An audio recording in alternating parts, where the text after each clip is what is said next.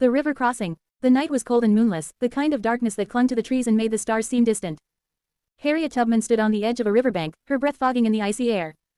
Behind her, a small group of escaped slaves huddled together, their faces pale with fear.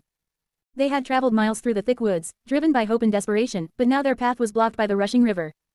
"We can't cross it," whispered one of the men.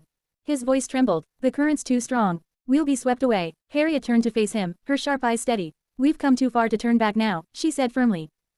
Her voice carried the weight of experience, though she was small in stature. "You trust me, don't you?" The man hesitated, then nodded. Everyone did. Harriet was known as the Moses of her people, a woman who could lead the enslaved to freedom, no matter the dangers. She had risked her life over and over again, returning to the South to guide dozens to safety on the Underground Railroad. Her courage was unshakable, her faith unwavering. But tonight, even Harriet felt the strain. The river was deeper than she had expected, its waters icy and churning with hidden dangers. She clenched her jaw, drawing strength from the hymns and prayers she carried in her heart. "The Lord will make a way," she thought. Without another word, she stepped into the water. It was freezing, the cold biting through her worn boots and numbing her legs. The current tugged at her with a force that made her stagger, but she pressed on, one step at a time. The group watched her in silence, their breaths caught in their throats. She waded further, until the water reached her waist, then turned back to them. "Come on," she called, her voice steady despite the cold. "Follow me. Hold on to each other." One by one, they stepped into the river, gripping each other's hands for support. Harriet led the way, her body a shield against the current, her movements slow but sure. The water grew deeper, rising to their chests, and one of the younger boys began to sob.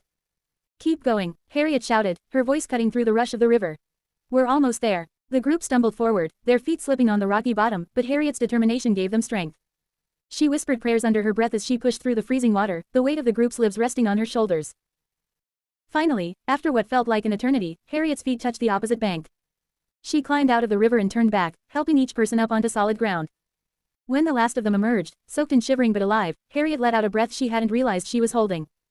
"We made it," she said quietly. The group stared at her, their eyes wide with gratitude and awe. For a moment, no one spoke. Then one of the women knelt at Harriet's feet, tears streaming down her face.